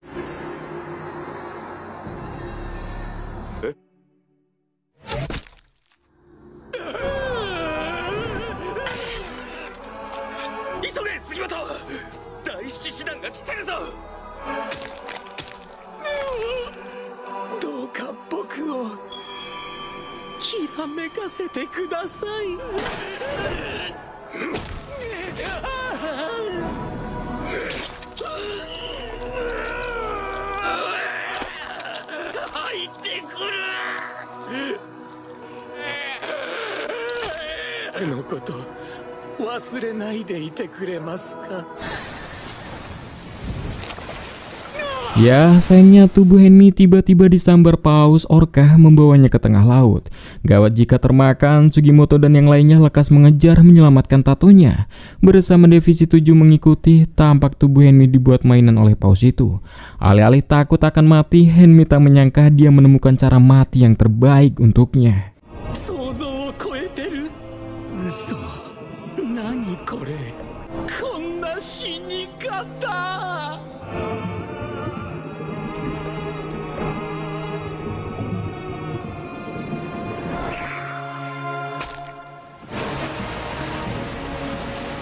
Di sini Letnan Tsurumi tak mungkin bisa mengejar mereka, namun dia masih punya banyak waktu. Begitupun dengan Hijikata yang menyaksikan, dia tak menyangka Shiraishi mempunyai rekan yang luar biasa. Kembali pada Letnan Tsurumi, dia mendapatkan laporan jika perwira Ogata yang dirawat menghilang dari rumah sakit dan juga perwira kelas 1 Nikaido menghilang beberapa hari ini. Dugaan kuat Letnan Tsurumi, mereka pasti ingin balas dendam pada Sugimoto. Dan dengan begini, Sugimoto mendapatkan tato kelima mereka.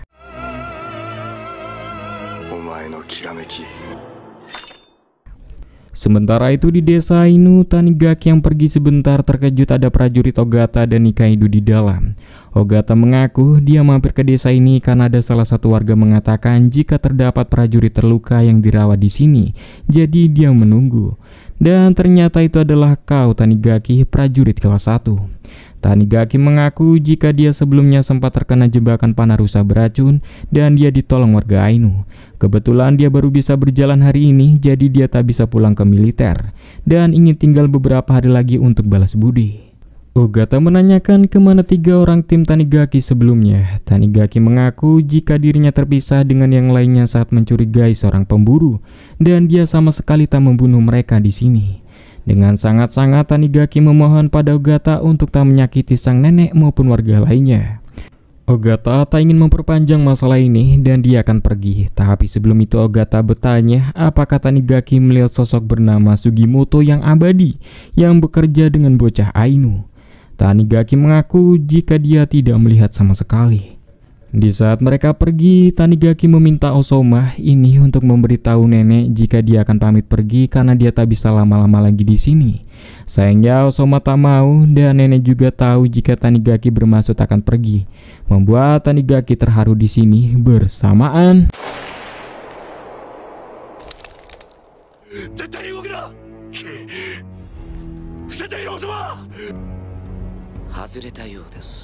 Ya, beruntungnya tembakan barusan hanyalah menyerempet.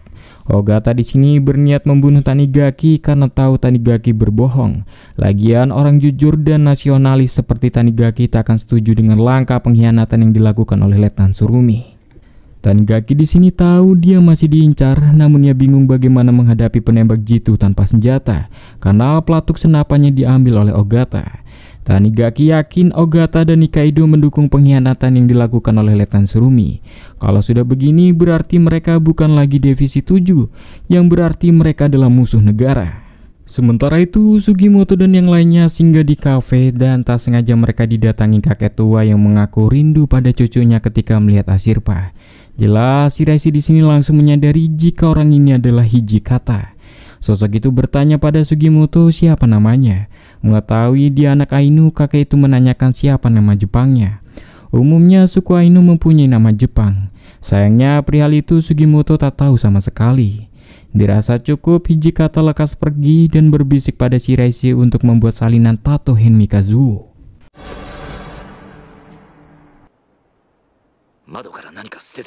Kembali pada Tanigaki, dia membuat asap dengan jerami berguna menghalangi pandangan Ogata, membuatnya harus mencari posisi lain.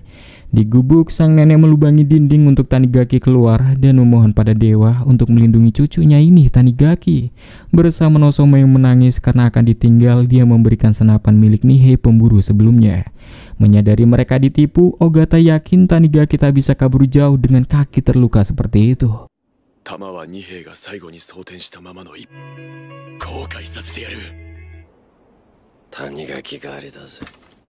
Di hutan, Ogata dan Nikaido kesulitan mencari Tanigaki, tapi mereka yakin Tanigaki masih belum jauh dengan kaki yang terluka seperti itu.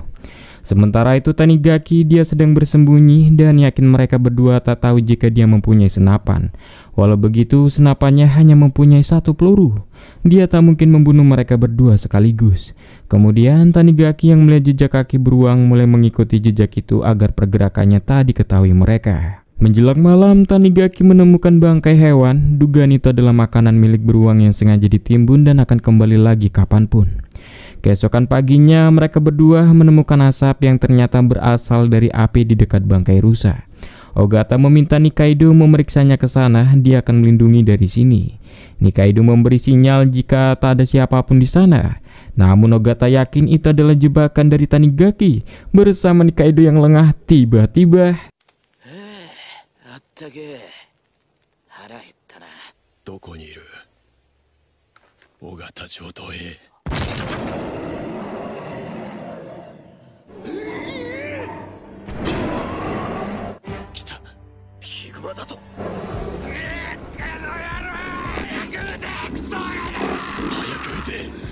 di momen ini Nikaido meminta Ogata lekas menembak si beruang. Namun Ogata menunggu pergerakan dari Tanigaki lebih dulu. Dirasa aman, dia lekas menembak si beruang dan menantang Tanigaki untuk melawannya, mengingat Tanigaki tak mempunyai senapan. Namun tiba-tiba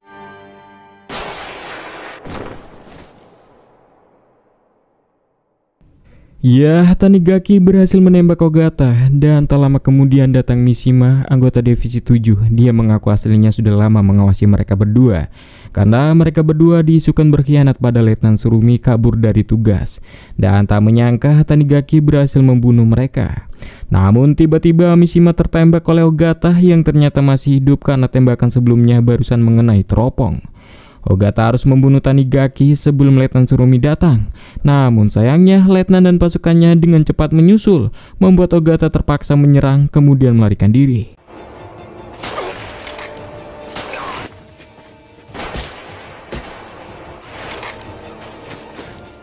Di sini Letnan Tsurumi memotong 1 kuping Nikaido. Mengetahui Nikaido bertindak sesukanya, bahkan hendak mengkhianatinya dengan keluar dari militer secara diam-diam. Dan di sini Letnan Tsurumi akan mengizinkan Nikaido membunuh Sugimoto jika mau memberitahu siapa lagi prajurit yang tak suka dengan rencananya dan ingin mengkhianatinya. Prajurit bernama Komiya disebut oleh Nikaido, dan lekas Komiya disiksa dengan hidungnya dipenggal oleh Letnan Tsurumi.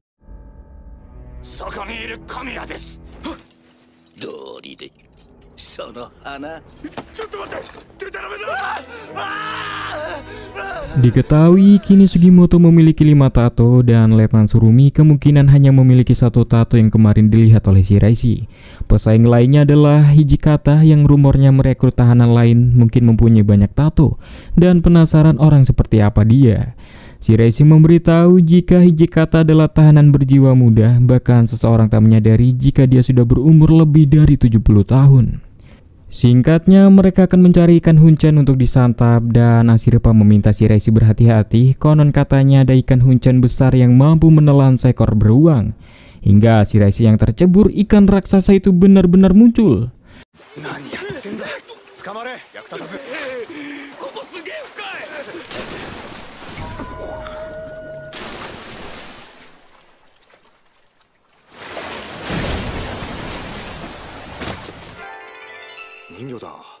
Ya, beruntungnya Shiraishi berhasil diselamatkan oleh pria Ainu bernama Nispa. Yang diketahui Nispa adalah teman lama ayah dari Ashirpa. Singkatnya, mereka makan bersama ikan munchen raksasanya hingga Nispa mendengar nama Sugimoto. Rasanya dia mengetahui siapa Sugimoto karena diketahui Nispa juga adalah prajurit divisi 7. Namun di sini Nispa memberitahu jika pimpinannya bukanlah Letnan Tsurumi karena dia dari peleton yang lain. Lagian dirinya juga sudah lama keluar dari militer. Sugimoto paham karena setahunya divisi 7 ada 20.000 personil dan semuanya tidak bekerja di bawah Letnan Tsurumi. Tapi yang jelas, jika Ashirpa menganggap Sugimoto dan Shiraishi adalah rekan, Nispa menganggap kalian semua bisa dipercaya. Dan di sini Nispa yang diketahui dari desa Ainu lain memberitahu jika sebelumnya di desa ada pria tua yang mengaku dia sedang mencari wanita Ainu dengan nama Jepang Kochube Asuko. Jelas Ashirpa terkejut itu adalah nama Jepangnya. Namun seingatnya tak ada yang tahu nama itu kecuali ibu dan ayahnya. Jelas seketika Sugimoto mengingat wajah tua itu yang sempat menanyakan nama Jepang Ashirpa kemarin. Dan di sini Nispa juga sudah tahu apa yang terjadi di penjara Abashiri jika tahanan bernama Noperabo itu dia menato semua tahanan lainnya agar dia bisa menghubungi temannya di luar. Temannya itu adalah Kochube Asuko yang tinggal di Otaru. Dengan kata lain, Noperabo adalah ayahmu Ashirpa. Noperabo mempercayakan emasnya kepadamu. Jika begitu, yang membunuh orang-orang Ainu dan mencuri emas adalah ayahnya, membuat Ashirpa sangat shock di sini. Jika ditanya mengapa Nispa tahu nama Jepang Ashirpa, karena Nispa sendiri datang ke Jepang bersama ayah Ashirpa, Noperabo. Noperabo sendiri hasilnya bukanlah orang Ainu Jepang, dia datang ke Jepang dengan niat merebut emas suku Ainu. Sayangnya di sini Ashirpa belum begitu percaya dengan fakta ini, dan jika benar Noperabo adalah ayahnya, maka Ashirpa harus menemuinya dan menanyakan secara langsung padanya. Menurut Shiraishi yang sudah sering melarikan diri dari semua penjara, mustahil menemui Noperabo di penjara Abashiri itu karena sepengalamannya menembus maupun keluar dari penjara itu sangatlah sulit untuk orang biasa. Namun jika dibutuhkan, Shiraishi mau membantu dengan pengetahuannya. Mengetahui Shiraishi salah satu tahanan, Nispa sangat terkejut melihat wujud tato yang sering dibicarakan. Berarti tatonya harus dikuliti dan menanyakan apakah Sugimoto mempunyai tato yang lain. Dengan tatapan yang masih curiga, Sugimoto mengaku tak ada lagi. Jika begitu, Nispa akan ikut membantu mencari emas itu karena ia merasa harus bertanggung jawab atas kejahatan temannya Noperabo. Terserah Sugimoto ingin mengambil bagiannya, yang terpenting sisanya harus dikembalikan pada suku Ainu.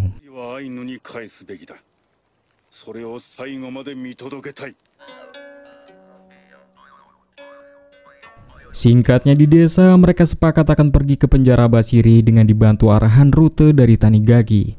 Jika wilayah Otaru dan penjara Abashiri ditengahi oleh daerah bernama Asahikawa. Dan diketahui Asahikawa adalah markas pusat dari divisi 7. Walaupun kita mengadu pada markas pusat jika Letnan Tsurumi akan melakukan pemberontakan, rasanya itu tidak mungkin. Karena di markas pusat ada seseorang yang bekerja untuknya. Dia adalah Komandan Resimen Letnan Kolonel Yodogawa. Karena mau tak mau mereka pasti akan lewat sana dan bisa saja terjadi pertempuran yang tak diinginkan. Nispa usul untuk lewat daerah bernama Sapporo. Di sana ia mempunyai teman perakit senjata dan peledak dan bisa beli dengan harga yang murah. Keesokannya tujuan utama mereka menuju ke Sapporo menggunakan kuda agar lebih cepat dan selanjutnya ke Abashiri.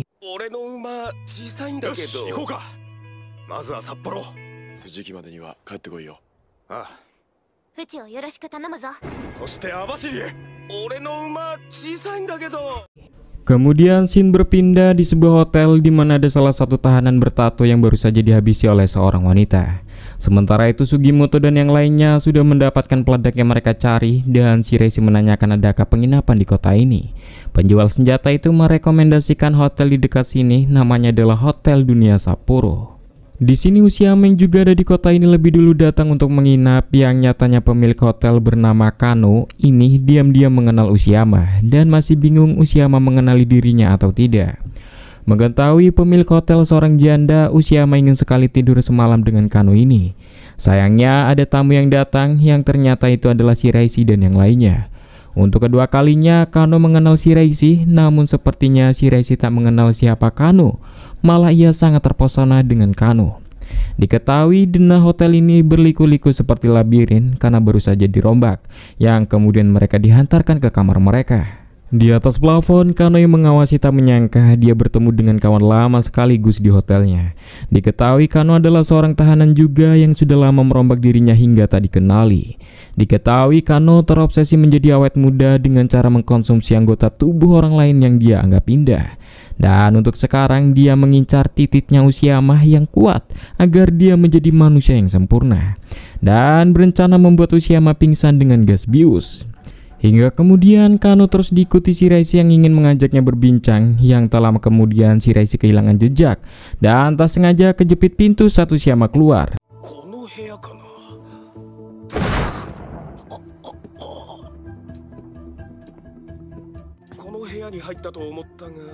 Kano menyadari akan bahaya jika mereka berdua bertemu. Kano lekas menjebloskan Shiraishi ke lantai bawah untuk dibunuh.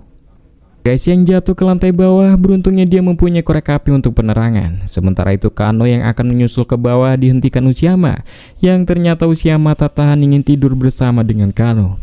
Di sini Kano meminta Ushiama untuk bersabar, menunggu sebentar lagi karena dia sedang melayani tamu. Kembali pada Shiraishi, dia dibuat terkejut dengan banyaknya tulang belulang di bawah, seakan ini adalah tempat khusus eksekusi. Bersama napi padam, Kano sudah berada di belakang dan lekas membius Shiraishi. Kano sendiri tak tertarik dengan tubuhnya Shiraishi, namun Kano mengincar tubuhnya Ushiama yang sangat kuat, dan mata biru bocah Ainu itu alias Asirpa, Kano ingin memilikinya. Sementara itu, Ushiama tak sengaja bertemu dengan Sugimoto dan yang lainnya. Karena tak saling kenal, melihat kuping Ushiama yang tak biasa, Sugimoto yakin Ushiama seorang ahli judo. Yang kebetulan Sugimoto juga senang dengan olahraga itu. Hingga mereka secara spontan mulai adu kekuatan. Yang di sini Sugimoto terkesan dengan aura jantan yang tak biasa dari Ushiama. Di sini Ushiama menyukai Sugimoto dan mulai mengajak mereka semua untuk minum-minum bersama hingga larut malam. Saat pulang, di sini Ushiama yang mabuk tak ingat perihal lubang di kamarnya ini, hingga ia menarik sesuatu yang sangat mencurigakan dan membuka sebuah jalan rahasia. Ushiama yang jatuh ke lantai bawah membuat Shiraishi terkejut dan memberitahu jika pemilik hotel adalah salah satu tahanan dan memintanya untuk membantunya lepas. Namun karena masih mabuk, Ushiama mengira Shiraishi adalah Nona Kano si pemilik hotel dan lekas mengklon.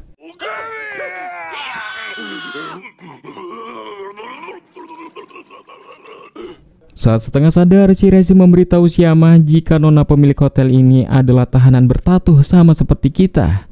Shiraishi ingat jika dia adalah pria tua yang juga seorang dokter dengan tahi lalat di bibir. Dia pandai menutupinya dengan make up. Sayangnya Ushiama yang sangat sange tak peduli dengan fakta itu dan akan meniduri Nona Kano dan mulai menjebol ruangan rahasia itu.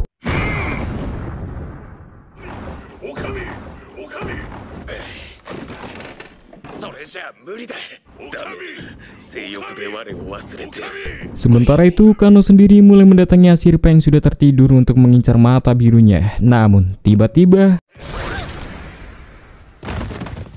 Sugimoto curiga mengapa Nona pemilik hotel ini hendak menjilati mata Asirpa. Dan Sugimoto heran bagaimana Kano bisa masuk ke kamar ini karena dia sudah mengganjal kamar ini saat hendak tidur. Di luar, Shiraishi memberitahu Sugimoto jika hotel ini sangat aman karena di bawah tanah dia menemukan mayat yang disiksa di ruangan penyiksaan, dan pemilik hotel ini juga adalah seorang tahanan bertato yang dulunya seorang dokter yang senang melakukan eksperimen gila. Di sini Sugimoto menyayangkan adanya dokter percaya dengan teori gila seperti itu dan membuat Sugimoto tak segan akan menguliti Kano.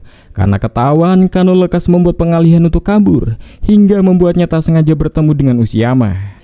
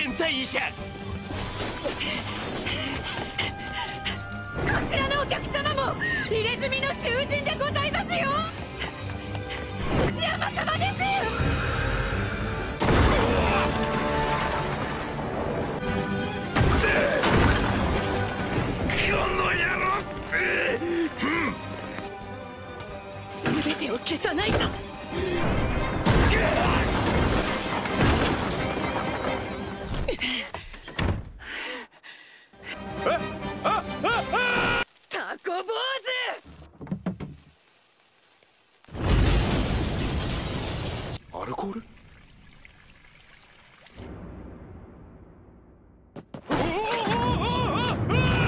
Di lantai bawah terjadi kebakaran besar akibat alkohol yang disiapkan oleh Kano, dan untuk kedua kalinya Shiraishi bertemu dengan Usuyama. Karena Usuyama sudah sadar dari mabuknya, dia tahu yang berarti Sugimoto barusan adalah rekan dari Shiraishi. Sugimoto sang abadi, tak heran dia sangat kuat. Usuyama sendiri tak akan menangkap Shiraishi, mengetahui Shiraishi bekerja untuk Hijikata dan meminta Shiraishi untuk selalu kabarkan posisinya dimanapun. Hingga mereka menyadari terjadi kebakaran di bawah. Shiraishi yang ingin mengambil tas isi peledak yang ia beli kemarin tak sengaja jatuh ke bawah dan ia lekas bergegas keluar. Karena Usuyama bukan hanya sange belaka, dan karena dia benar-benar tulus, Usuyama melindungi Kano dari ledakan.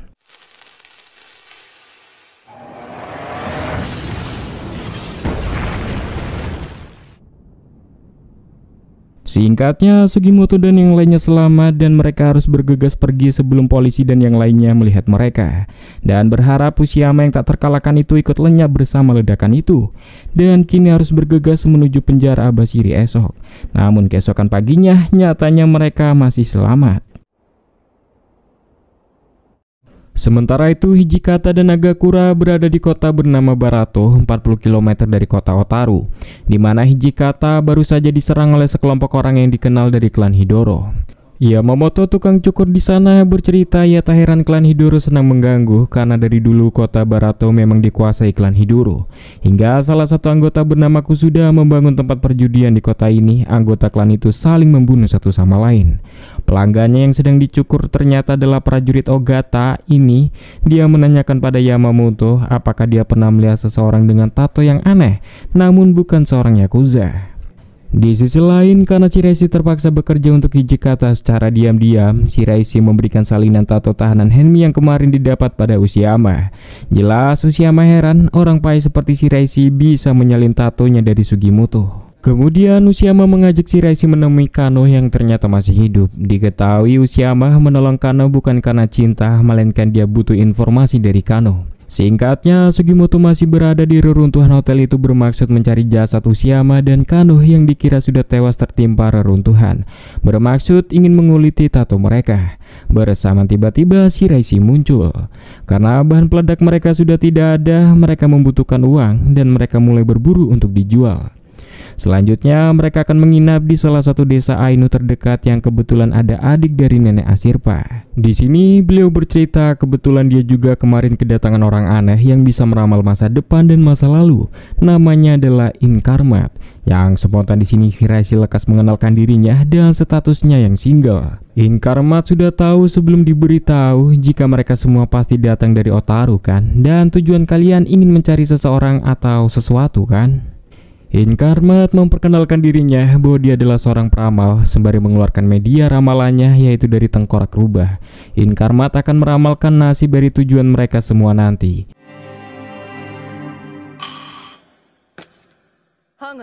Rupanya gigi tengkorak jatuh menghadap ke bawah yang berarti tak ada harapan dalam tujuan kalian dan akan lebih baik untuk dibatalkan dari sekarang. Inkarmat tak memaksa semuanya untuk percaya, lagian dia hanya meramal. Dan Inkarmat tahu jika Ashirpa sedang mencari ayahmu kan?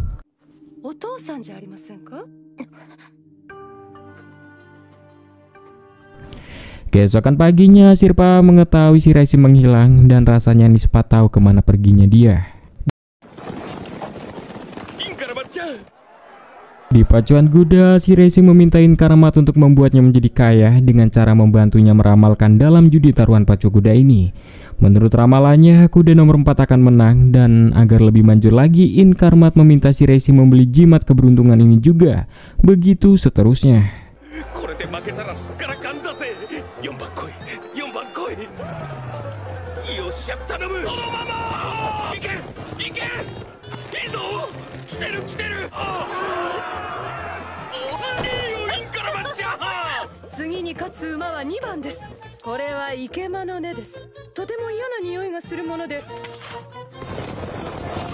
Singkatnya, mereka sudah bertemu Shiraishi dan Ashirpa lekas memukul Shiraishi karena menggunakan sisa uang untuk berjudi.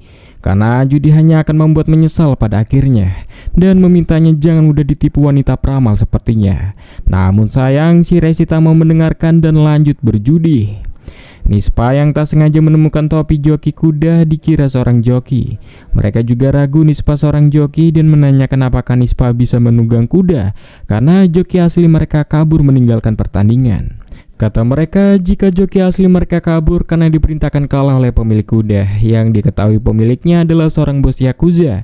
Dia menginginkan kuda lain yang akan menang. Nispa di sini melihat kuda yang diharuskan menang, di mana para asisten mulai memasukkan air ke hidungnya yang dicampur dengan bubuk Viper, bermaksud dia akan terganggu dan berlari sangat kencang. Intinya meminta Nispa berkuda secara biasa saja dengan santai, jangan sampai menang. Jika tidak, kita semua dalam bahaya. Walau begitu, Nispa mantap akan memenangkan pertandingan ini, meminta yang lainnya bertaruh padanya. Dia menunggang kuda nomor 3. Namun menurut ramalan Inkarmat, kuda nomor 3 tak akan menang. Pemenangnya adalah kuda nomor 6. Sugimoto lekas menahan Shiraishi untuk stop berjudi sebelum uangnya habis untuk beli peledak. Namun Shiraishi meminta Inkarmat untuk memasangkan semua uang taruhannya. Namun hasil pay menyusul, terlambat uang itu sudah ditukarkan undiannya. Bersamaan kertas kupon itu dilempar Inkarmat dan ia menghilang.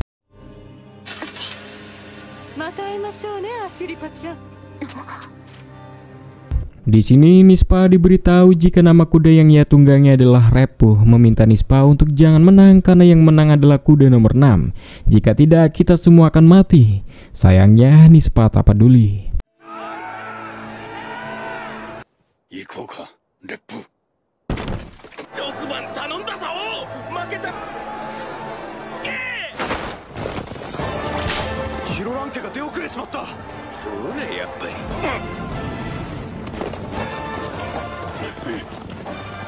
邪魔すんのじゃな。見ろよ。なんだあの3番の乗り方。行けレップ。突っ走れ。この1枚だけ3なんだ。あいつ何やってるんだ。やめろやめろ。レップ。行け行け。ダメ。行け。ヒロラン家。行け。Singkatnya, Nispa benar-benar menang dalam pacuan kuda ini, meminta yang lainnya untuk bergegas pergi sebelum mereka dihajar geng Yakuza. Yang tampak juga Shiraishi yang hampir gila karena kalah judi. Sementara itu di kota Barato, Hijikata dan Nagakura sudah menghajar klan Hidoro di kota itu, hingga Hijikata tak sengaja bertemu dengan prajurit Ogata yang diketahui bukan lagi bawahan Letnan Tsurumi. Ogata sendiri mengenal Hijikata karena sering mendengar rumor dari Letnan Tsurumi. Sembari memberikan tato tahanan yang ia punya, Ogata menawarkan diri sebagai bodyguard Hijikata. Di sisi lain, Shiraishi meminta maaf perihal judi tadi. Dia mengaku sudah bertobat dan dia juga punya informasi yang ia dapat dari Kano, nona hotel kemarin. Kano bercerita jika sebulan yang lalu seorang pria datang ke hotelnya yang ternyata pria itu adalah seorang pencuri. Dan pencuri itu bercerita pada Kano tentang hal aneh yang ia lihat di sebuah salah satu rumah yang hendak ia curi. Dia melihat boneka dari tubuh manusia asli dan kulit tato tahanan. Yang diketahui rumah itu berada di kota Yubari. Walau tujuan kita penjara Abashiri, namun menurut Shiraishi tak ada salahnya memeriksa lebih dulu. Hingga akhirnya mereka pun sepakat untuk ke sana. 鶴見中尉が少なくとも入れ墨認否を1枚持ってる。こちらが手にした入れ墨の暗号は5人分。こちらは増えただろうか。 Malamnya di Yubari, Letnan Tsurumi dan dua anak buahnya sedang menunggu pencuri makam di sebuah pemakaman. Hingga sosok itu muncul, dia lalu dikejar dua prajurit Letnan Tsurumi, Hajime dan Nikaido. Yang di sini Letnan Tsurumi menemukan sesuatu yang dijatuhkan oleh pencuri tadi, yang ternyata sebuah kulit tangan manusia. Season 1 Golden Kamuy bersambung.